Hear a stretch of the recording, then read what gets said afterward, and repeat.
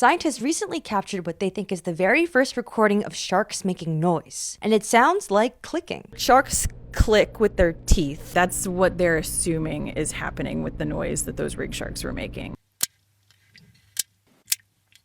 Do you ever try to talk to the sharks? Absolutely. I tell them what a good job they're doing of being a shark. Can I do my impression of the rig shark for Yes, you? please do.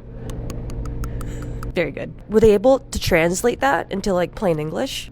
Unfortunately, I don't think we're there yet. Start of the research said that they might be an anxiety response. They observed it most when the sharks were being handled, which suggests probably that they were trying to communicate something about their discomfort, whether to who was handling them or to other sharks being like, hey, there's something crazy going on over here, get away. Should we go try and talk to some sharks? Absolutely, yes. Hey, shark. So you come here often? I feel like you're really connected.